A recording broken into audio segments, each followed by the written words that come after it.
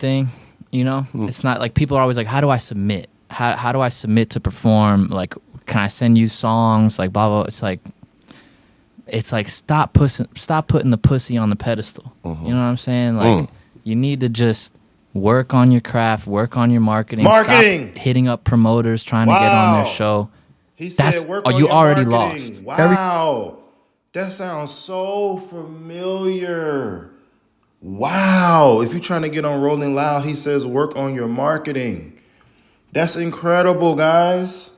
That's what I've been telling you every single time I post, every day, 24 hours a day, is something going on about Mike Check Global talking about marketing. Rolling Loud is not going to just put you on that show, man. You got to have your marketing going. You got to be buzzing and viral, and you can get on there. So if you understand this, man, let's get the marketing. Let's get started. Peace.